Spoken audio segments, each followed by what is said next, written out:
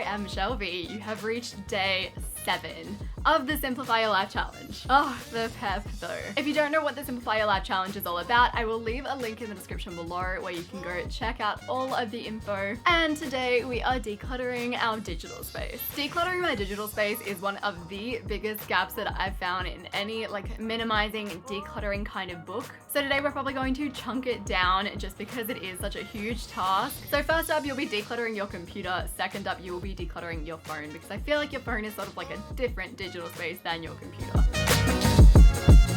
So we're gonna start with part 1, declutter your computer. The first thing to do is just get some quick wins out of the way. Delete everything that's in your downloads folder that you know that you don't need. For me, this was just everything. I never need to go back to anything in my downloads folder. Then delete everything off your desktop. I don't keep anything on my desktop and I try to clear it regularly. Empty your trash can. Uninstall any programs that you downloaded but you don't use. And if you are on a Mac, remove any programs from your little dock that you don't refer to regularly. So you've got some quick wins out of the way. Hopefully you're feeling a little bit fresher about your digital space. Next up, head into your documents and create a folder structure that is simple and easy for you to use. So your folder structure should be super self-explanatory and easy to navigate. I'm gonna put in front of the screen what my folder structure is, just to give you some inspiration. You might work completely differently. We obviously do completely different things in our lives, so you have to cater it to yourself. So the next step is to drag all of your old files over to your newer folder structure.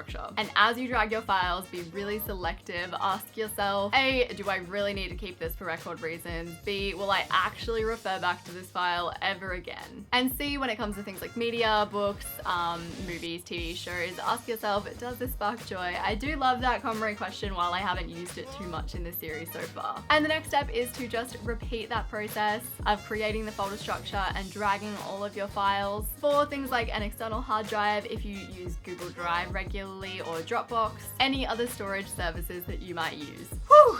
So, depending on how much of your life is on your computer and how regularly you clean out your files, that whole process may actually take you a really long time to do. So feel free to space it out over a few days. You know that you can always self-pace with this challenge.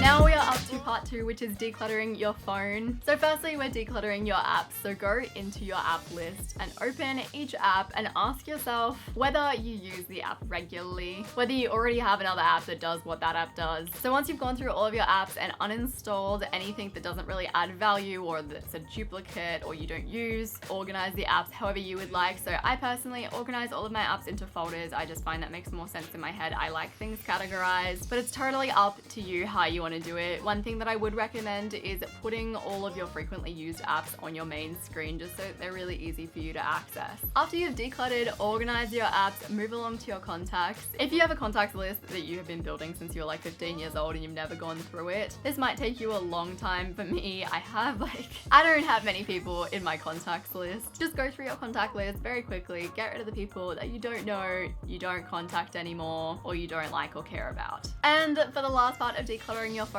go through your messages and delete all of the messages that aren't ongoing message threads. Like for example, if you have a message thread that is with your mom, obviously keep it because it's just gonna keep on coming back. However, if you have a message thread with someone that messaged you from Gumtree 52 weeks ago, delete it. And we are at the end of today's challenge. I feel like this is a huge one depending on how you live your life. This could have been massive for some people, for sure. I know this took me about 4 hours when I did it initially. So massive snaps for you guys that are following through and doing this. It just makes your life so much easier. It makes getting things done a lot easier and a lot quicker as well. So even though it's time consuming, it's definitely worthwhile. Sending all of the good vibes your way. Day 8 tomorrow. I can't believe that it's going so fast. Just talking in these videos just gets me into a better mood. Subscribe to my channel if you haven't already. Follow me on the Instagram. Do all of the things. I appreciate you so much and I will see you tomorrow.